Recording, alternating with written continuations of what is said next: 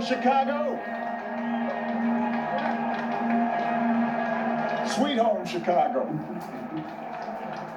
Please have a seat. Thank you, Punihi, for that outstanding introduction.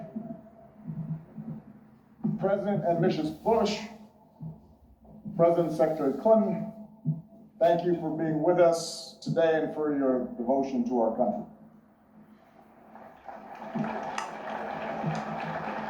And President and Dr. Biden, thank you for your steadfast partnership for 8 years. Joe, we started as running mates and ended as family. And we would not be here without you. And we are grateful.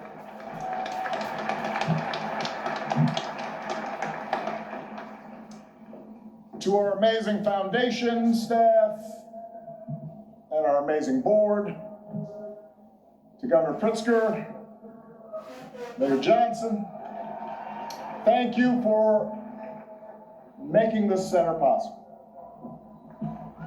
To congressional leaders and foreign dignitaries who've made the trip, I cherish our partnership together and all we got accomplished together. Thank you.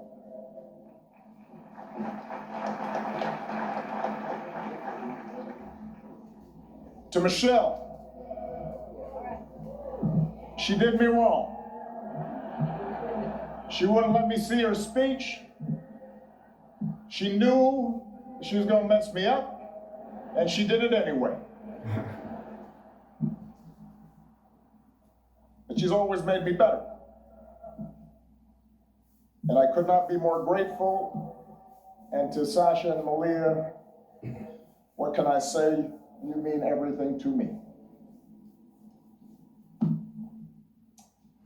More than 40 years ago, on a late summer afternoon in 1985, I arrived here in Chicago, entering the city through the very spot where this center now stands. I can still picture myself heading down what was then Cornell Drive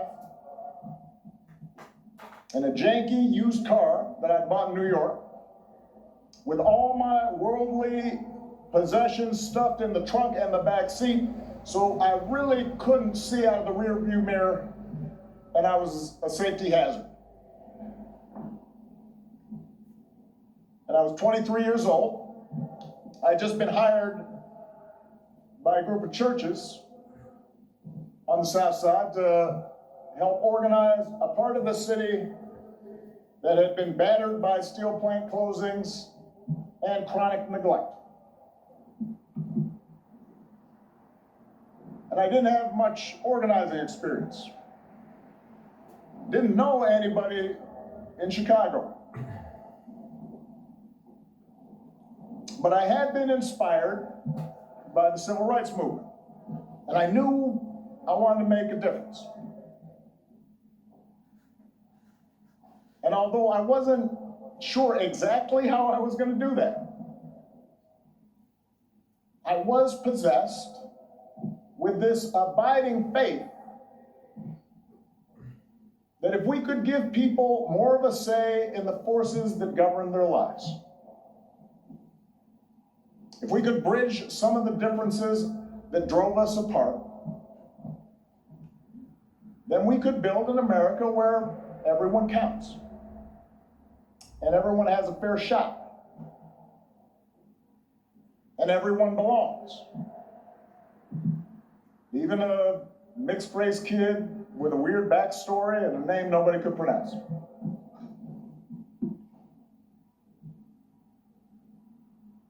And it was here, in this city, a city of broad shoulders, that I found what I was looking for. Day by day, block by block, I got to know the people who lived here, their hopes, their dreams, their tragedies and their triumphs. I witnessed their resilience in the face of hardship quiet heroism of a single mom raising her kids and sending them to college on a secretary's salary. Or the priest electing to stay in the city and open his doors to at-risk youth, even as most of his flock had fled to the suburbs. I learned that leadership has less to do with titles or rank or chasing attention than with helping others find their voice, reaching their potential, and sitting around people's kitchen tables or on their back porches, spending time in church basements, in barber shops. I was reminded that everyone has a story to tell if you just care to listen. Sacred stories, full of courage and humor and grace. And that each of those stories in some way connected to my own. In other words, I found my purpose here, and I fortified my faith here, and I found my community here. Friendships that would last a lifetime. And I found a girl from the South Side who has been my greatest blessing. Michelle and I, our wedding reception was over at South Shore Cultural Center. You could walk from here. Our daughters were born right down the street. This is where we bought our first home. This is where our kids took their first steps. This is where I launched my candidacy for the Illinois State Senate over at the Ramada Inn on Lakeshore Drive, serving pretzels and soda,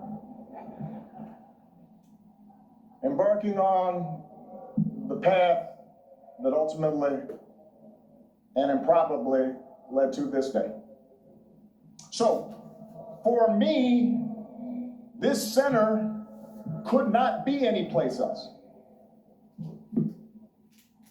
It's an expression of thanks, an acknowledgement that so much of what I hold most dear, I owe to the people of this city and the people of these surrounding neighborhoods.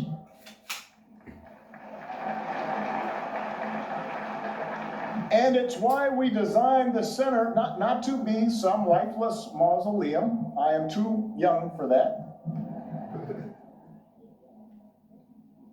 Not just a place to see Michelle's dresses, although I understand that will be the top attraction. We wanted it to be a vibrant, living celebration of community, where we can learn together and share the joys of art and music and sport and play. Because it's in those moments that we're reminded of our common humanity.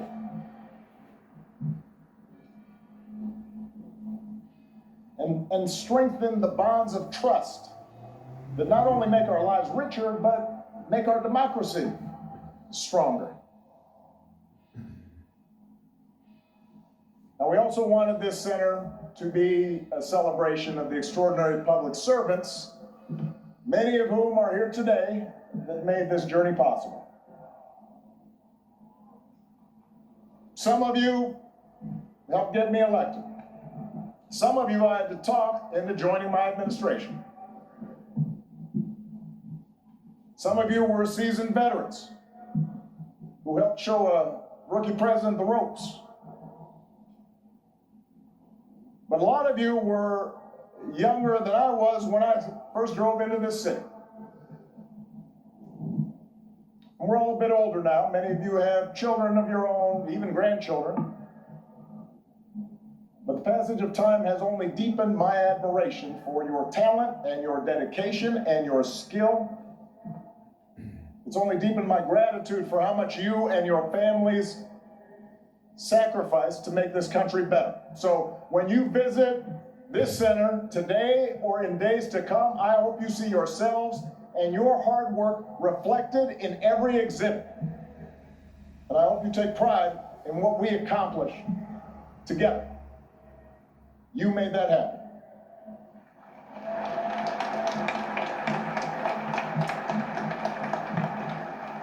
Now, of course, we did not accomplish everything we set out to do.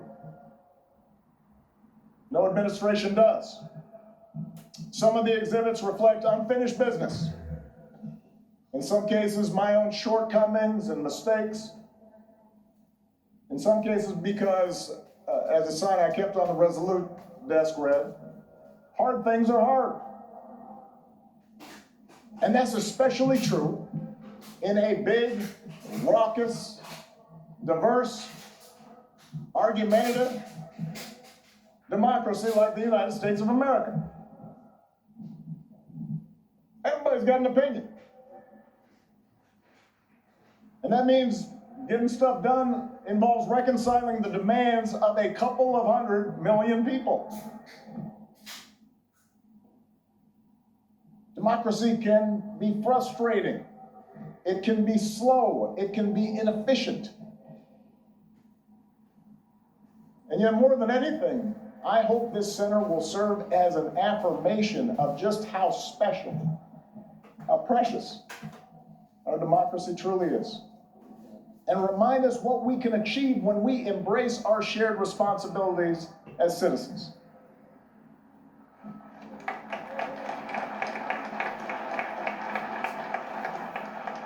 And since we're a few weeks away from America's 250th birthday, it is worth remembering just how radical the whole idea of self-government really was back in 1776. To that point, human history was a tale of conquest and caste and rigid hierarchies. A world where the strong dominated the weak, where power and wealth and status flowed through lineage, and the many were ruled by the few. But out of the fire and steel of a revolution, a different story took flight on this continent. A declaration that we are all created equal, endowed by our Creator with certain unalienable rights, and that in the newly independent United States, there will be no kings or lords, no serfs or subjects, but only citizens, each of us free to pursue our own version of happiness and able to determine our collective fate through an elected representative government. It had not been done. And because it hadn't been done before, the success of this experiment was never a given. In forming our union, the founders fell terribly short of the Declaration's promise, leaving slavery intact, allowing states to restrict the franchise to white men who own property.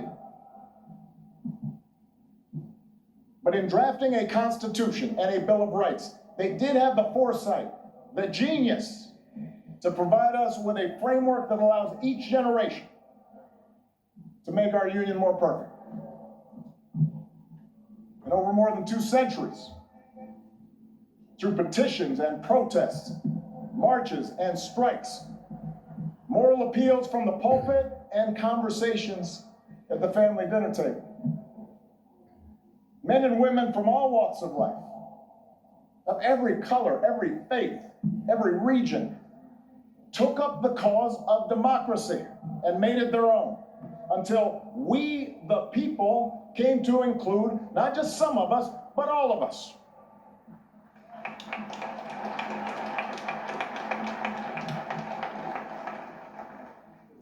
And that's why the story we tell in this building begins not with Michelle's origins or my origins, but with our nation's. With the founding era print of the Declaration of Independence, and a pen and ink stand used by Frederick Douglass. Lincoln's Bible, and a pamphlet by Ida B. Wells, suffragist buttons, and a hard hat worn by FDR's Labor Secretary, Francis Perkins.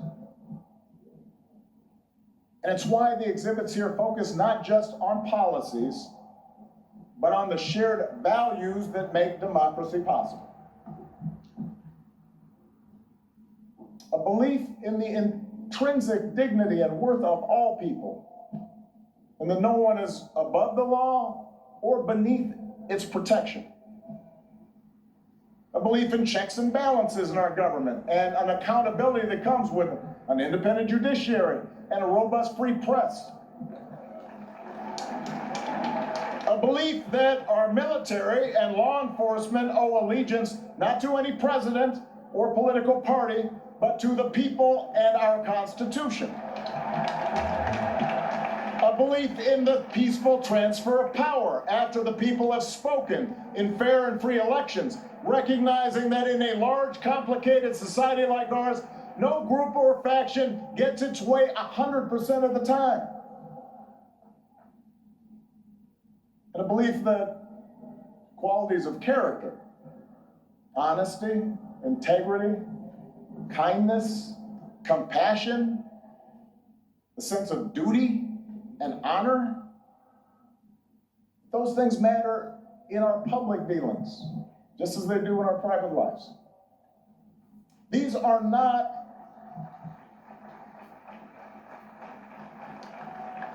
these are the values and traditions I believe in. And they are not Republican or Democratic values.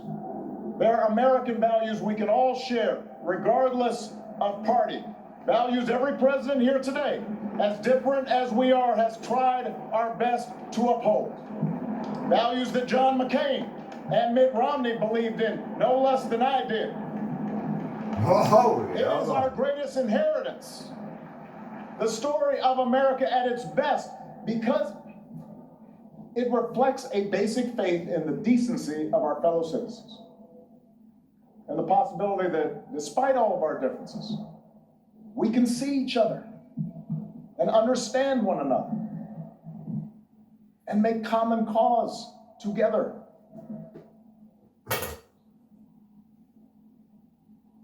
That's what I hope every visitor to this center takes away from their experience.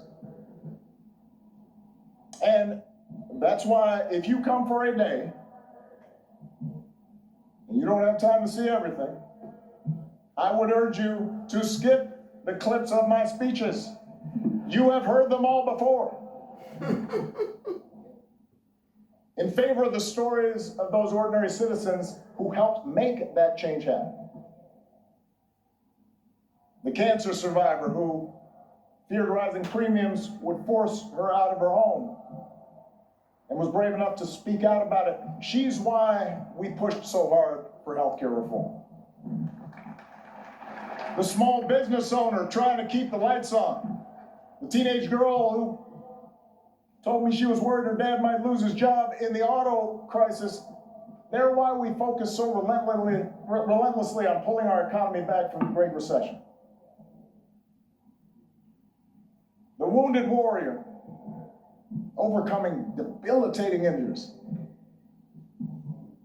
The gay Air Force major serving her country even when forced to hide who she was. They're why we worked to end Don't Ask, Don't Tell and care for those who've worn our country's uniform and do right by our military families. It's their voices that led to our successes. And while going through the exhibits, I'd also ask you to listen to the voices of people around the world who've been inspired by American ideas. Yes, America has made its share of foreign policy mistakes. Our actions have not always matched our rhetoric.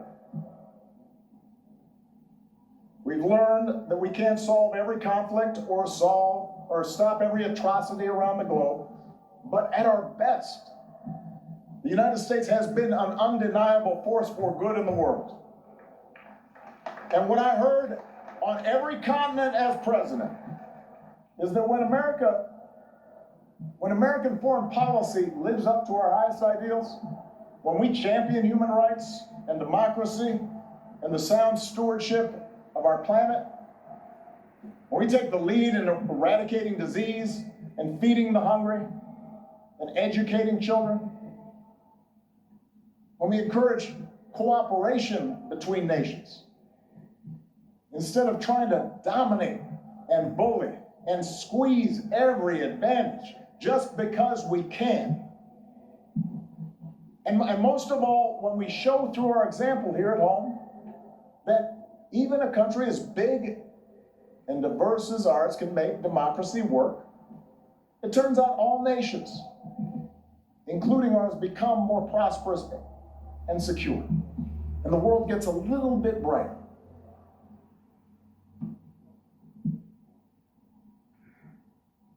I recognize it's been almost a decade since I left office.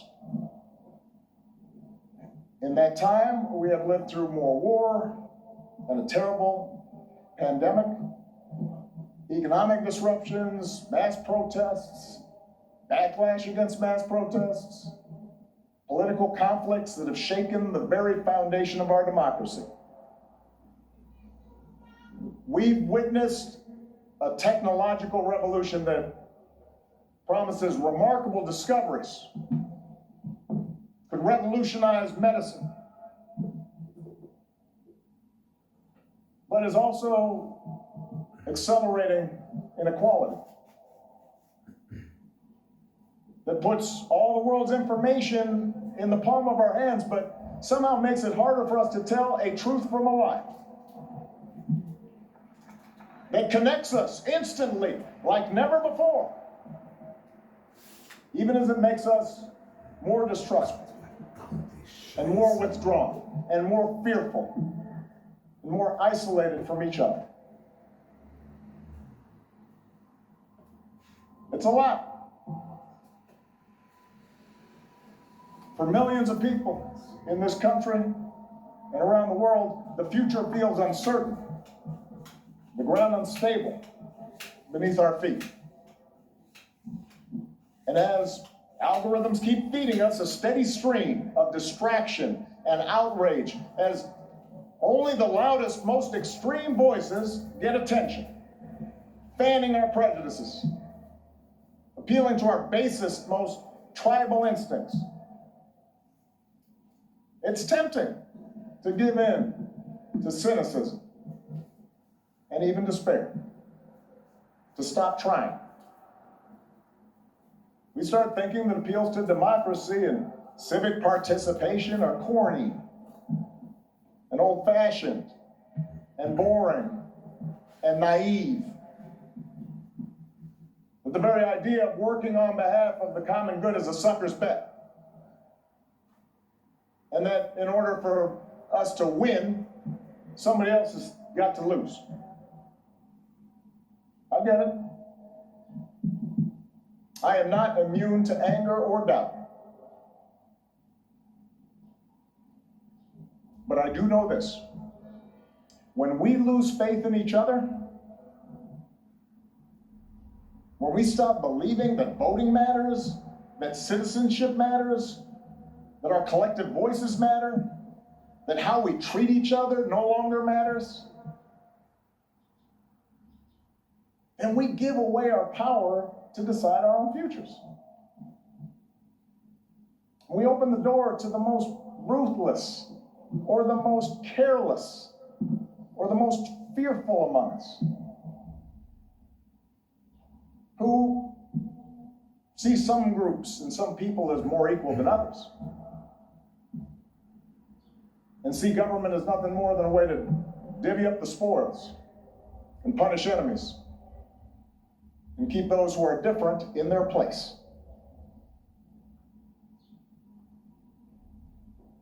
I do not believe that is the story of America that prevails in the end. I don't believe it because for us to give up, for us to give in now, after all this country's been through, to cynicism and division would be a betrayal of our founding ideas, a betrayal of our faith. And I remain convinced that the overwhelming majority of Americans feel the same way.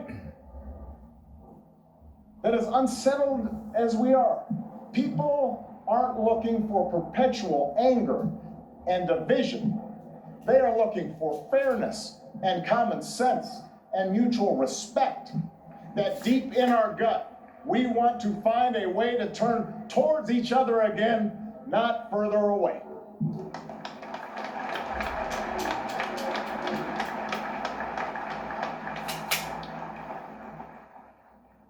I believe this because I've seen it all across our country. In cities that have worked together to reclaim their streets from crime, in rural communities that have rebuilt their economy, in businesses that are finding new ways to make housing affordable, in those ordinary people in the Twin Cities who brave frigid temperatures, risk their own safety, standing shoulder to shoulder to look out for their neighbors and sometimes look out for strangers because they knew that was the right thing to do. I've seen it.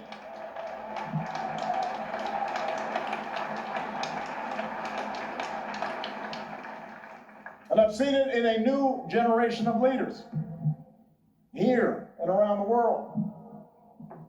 Like Puniha and Addison. Leaders who are determined to make our governments and our economies and our societies work for everyone. Obama Foundation leaders like Hannah, a food corps member from rural Ohio who's helping ensure every child has access to at least one nourishing meal. Or George, an entrepreneur whose nonprofit helps get unused, unexpired medicine, often at no cost, to people who need it. Or Zuzana, a human rights lawyer in Poland, who's won more than 30 landmark cases. There are thousands, tens of thousands, hundreds of thousands of these young people out there making a difference right now. And this center is devoted to lifting up their stories, giving them the tools and support they need to expand their impact. For while our work is nonpartisan, we are not values neutral. We have a point of view.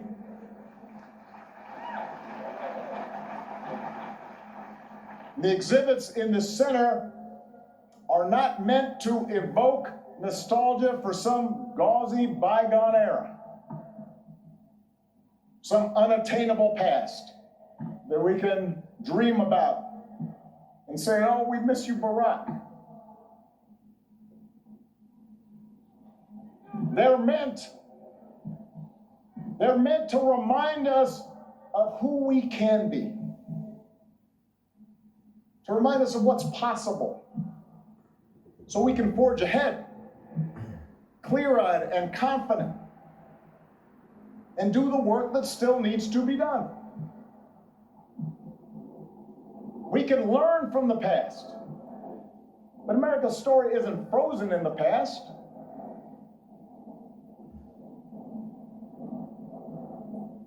It has chapters yet to be written, not by one person or a few people, not by Barak and Michelle, or anybody with a fancy title or a high office, but by all of us. You know, one of the things a lot of presidential libraries now have in common is a replica of the Oval Office. And if you take a peek at the one inside this building, you will see some objects that carried some special meaning for me during the time that I was in office. There's a program that a friend from the South Side gave me that he had retrieved from the 1963 March on Washington. He was there. There's a Norman Rockwell painting of the Statue of Liberty with workers hanging on ropes, burnishing the torch that she holds aloft. And on the rug, you'll read words from some of America's greatest leaders, including a quote that inspired that arch that you see right there at the south end of the plaza by Martin Purdy. The arc of the moral universe is long, but it bends towards justice. And it's a quote that was often invoked by Dr. Martin Luther King Jr., but it originally comes from a Boston minister's sermon more than 170 years ago. And at the time, the abolitionist cause seemed lost. The Compromise of 1850 had made harboring fugitive slaves a crime under federal law, even in those states that had abolished slavery. And in a case that garnered national attention, a young fugitive in Boston had been seized and tried and marched to the wharf by hundreds of armed officers, where he was summarily put on a ship bound for the South, where he would remain in shackles and chains. It was a moment of profound uncertainty and despair. A moment the minister called darker than any New England had witnessed. We do not see, Reverend Theodore Parker observed, that justice is always done on earth. Many a knave is rich, sleek, and honored, while the just man is poor, hated, and in torment. I do not pretend, the preacher said, to understand the moral universe. The arc is a long one. My eye reaches but little ways. I cannot calculate the curve and complete the figure by the experience of sight. I can divine it by conscience. But from what I see, I am sure it bends towards justice.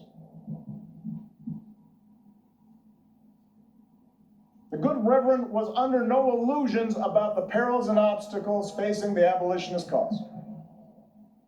His words offered no easy answers, no comforting assurances that he or his congregation would live to see the progress they so desperately sought.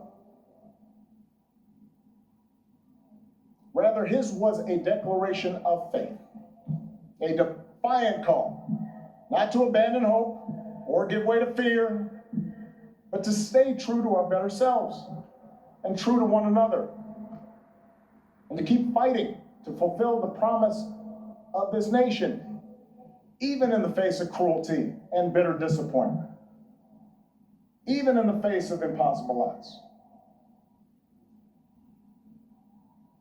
It is that spirit that we open the center today. The same spirit that so many of you showed all those years ago. The same spirit that inspired generations of Americans to meet the challenges of their time. The same spirit that is alive and well here on the south side of Chicago. The same spirit that will see America and the world through its present trials. There is a new generation out there, ready to write the next chapter of our story. We intend to help them do it, and we ask that you join us. Thank you. God bless you. God bless the United States of America.